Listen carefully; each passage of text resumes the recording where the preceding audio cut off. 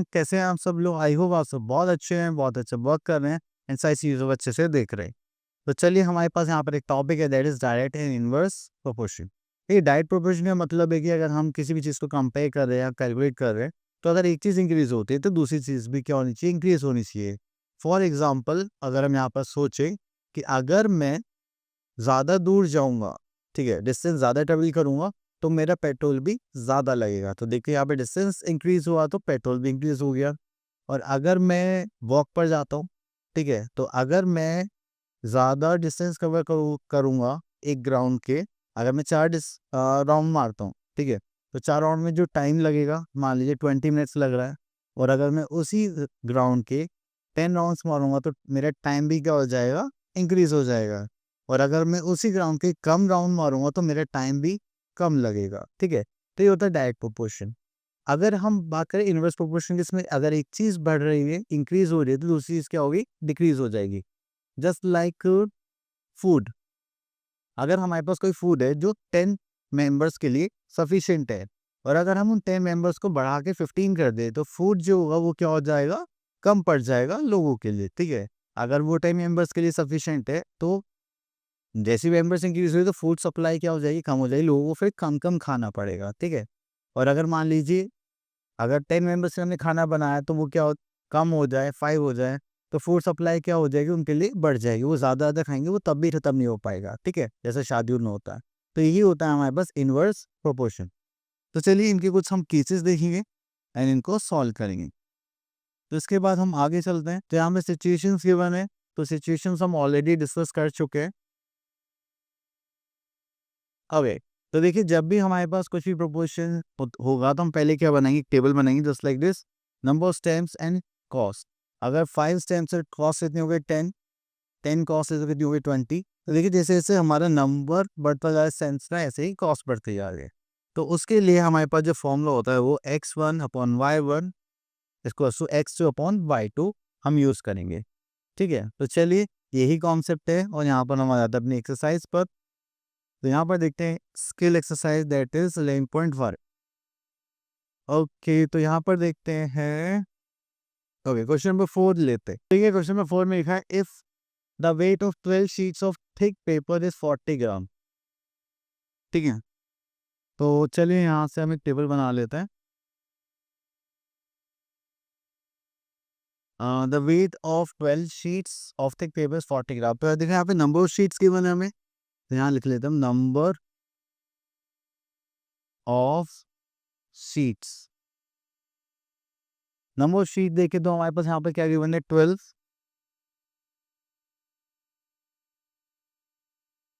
ठीक है? देन यहाँ पर वेट ऑफ शीट्स देखें,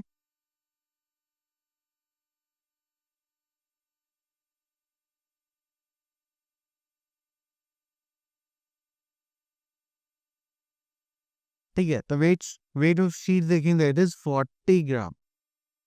then how many sheets of the same paper would weigh 2 kilogram. तो इसका मतलब 2 किलोग्राम ही ग्राम है, तो उसको हम यहाँ पर कर लेंगे 2000 ग्राम, ठीक है? तो यहाँ पर हमारे पास कितनी नंबर ऑफ शीट्स रिक्वायर्ड होंगी? 2000 ग्राम वेट के लिए। तो देखिए हमारा हो गया एक्स, ये हो गया वाई, तो ये इसको मान लेता हूँ अपना एक्स यूनिट, इसको मान लेता हूँ अपना वाई यूनिट। तो इसका फॉर्मूला क्या था? अब देखिए जैसे जैसे नंबर शीट्स इंक्रीज होंगी ऐसे ही हमारा वेट भी इंक्रीज हो जाएगा। तो ये हो गया हमारा direct proportion.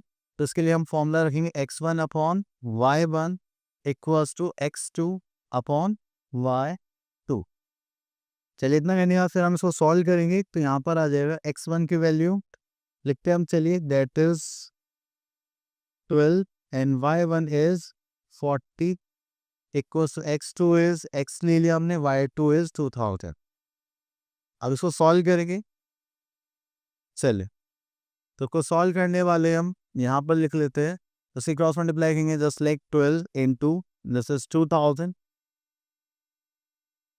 Upon 40 equals to x।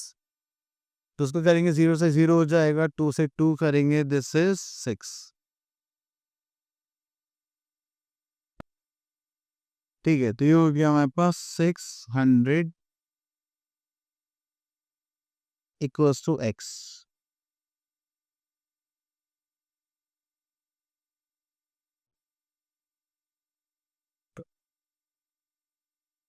ठीक है, चलिए अब इसके बाद एक क्वेश्चन और ले लेते हैं यहाँ से। अब देखिए यहाँ लिखा है a lorry truck travels 14 kilometre in 25 minutes. तो देखिए यहाँ पर हमें डिस्टेंस गिवन है,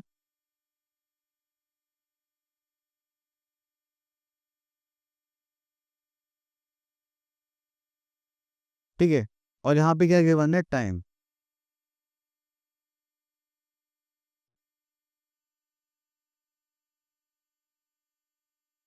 चलिए टेबल बना लेते हैं हम। अब देखिए डिस्टेंस के लिए इन्होंने बोला 14 किलोमीटर और time is 25 minutes. If the speed remains the same, how far can it travel in 5 hours. अब देखिए फिर से मिनट से आवर से तो इसको चेंज कर लेंगे, तो 5 इंटू 60, तो 6 5 30 हो जाएगा 300 मिनट्स। तो आपको हमेशा क्या रहना है, यूनिट्स का ध्यान रखना है। तो 300 मिनट्स में कितना डिस्टेंस ट्रेवल कर सकता है। अब ज़्यादा टाइम ज़्यादा डिस्टेंस, तो इसका मतलब ये भी क्या है हमारे प्रोपोर्शन में, तो इसको हम x मान लेते हैं और इसको y मान लेते हैं। तो ये फिर से फॉर्मूला पुट करेंगे, x1 upon y1 equals to x2 upon y2, ठीक है।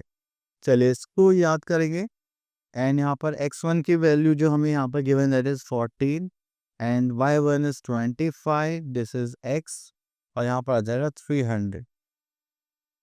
चलिए इसी क्रॉस मल्टीप्लाई करेंगे और इसको सॉल्व करेंगे। यहाँ पर आ जाएगा that is 14/25 into 300 equals to x। इसको करेंगे तो हो जाएगा इंटू 4 एंड इंटू 3, तो 4 3 ज़ा 12। तो यहाँ पर चलिए 14 और 12 की मल्टीप्लाई करते हैं, तो ये हो जाएगा 28 and this is 40 and this is 4 plus 2 is 6 and this is 1, तो दिस इज 168।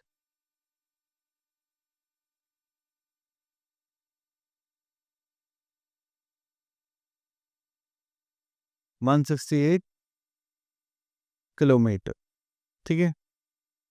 तो चलिए इजी था। अब उसके बाद चलते हैं इनवर्स प्रोपोर्शन में। इनवर्स प्रोपोर्शन में हमारे पास जो कंडीशंस होती हैं वो कैसी होंगी, कहाँ गया, चलिए इनवर्स प्रोपोर्शन जो कंडीशन होते हैं वो कैसी होंगी, अगर एक आइटम इंक्रीज हो रहा है तो दूसरा आइटम क्या होगा, डिक्रीज होगा। अब देखिए किसी भी काम को करने के लिए हमारे पास कुछ पर्सन और टाइम टेक हो। अगर 36% काम करते हैं तो 12 डेज में कंप्लीट होगा, और अगर हम उसके काम आधा कर दें तो टाइम कितना हो जाएगा, 24।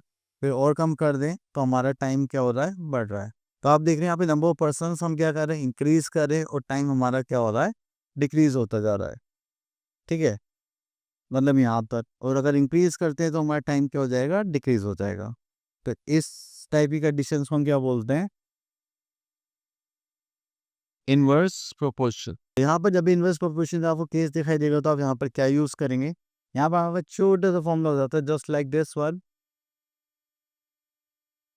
That is x1 y1 equals to x2 y2। तो चलिए यहाँ से क्वेश्चन देखते हैं, और तो चलिए अभी तो नहीं आए हैं। व्यू वेज के लिए exercise 11.2।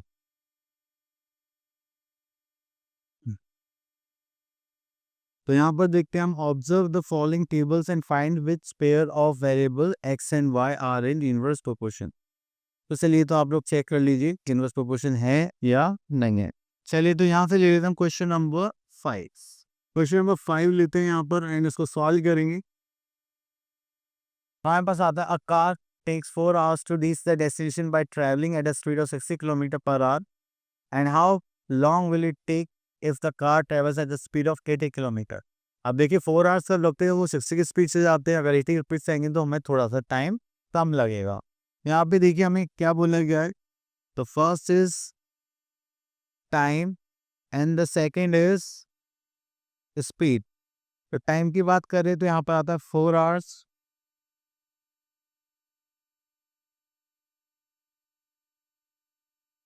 the time is 4 hours and speed we are having 60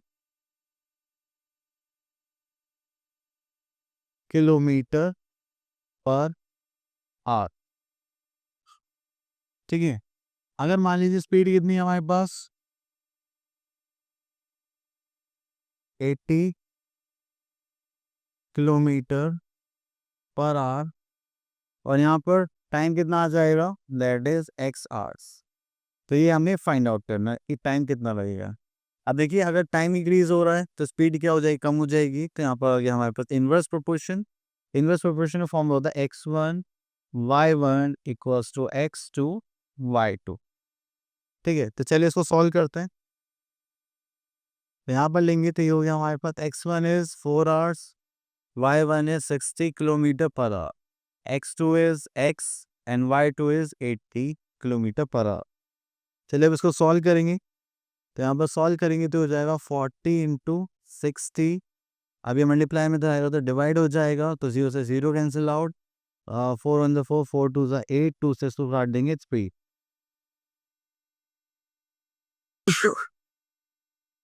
तो यहाँ पर आता है हमारे पास जस्ट लाइक 3 आवर्स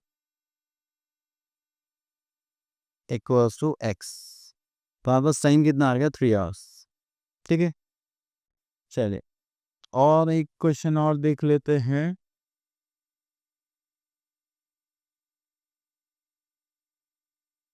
चलिए इस क्वेश्चन को देख लेते हैं। ओके, तो यहाँ पे लिखा हुआ a camp has food stock for 500 people for 70 days। If 200 more people join the camp, how long would the stock last. तो देखिए हमने इस टाइप की सिचुएशन भी डिस्कस करी थी स्टार्टिंग में। तो यहाँ पर क्या आ जाता है, नंबर ऑफ पीपल। तो यहाँ पे लिख लेता हूँ नंबर,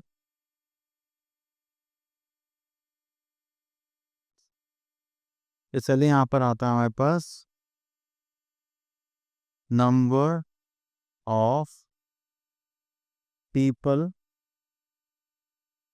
ठीक है, देन उसके बाद आता है नंबर ऑफ डेज।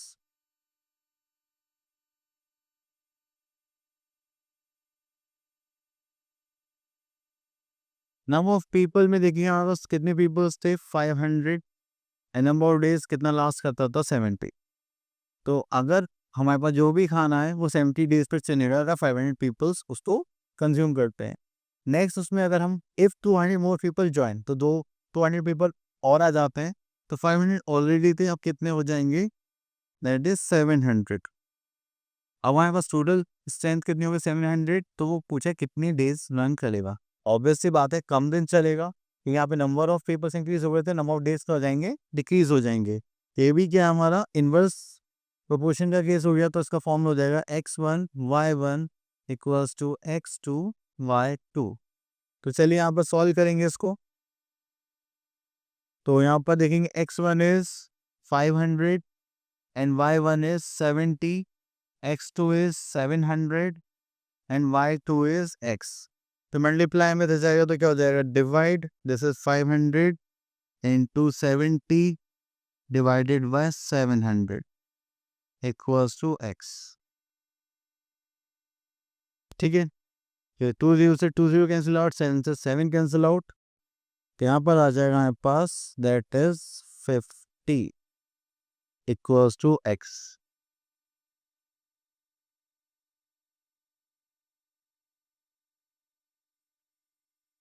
चलिए ये टॉपिक हो गया फिनिश। आई होप आपको ये अच्छे से समझ में आ गया होगा। आप लोग यार इसके प्रैक्टिस करनी है। मिलते हैं नेक्स्ट वीडियो में, तब तक के लिए ऑल द बेस्ट।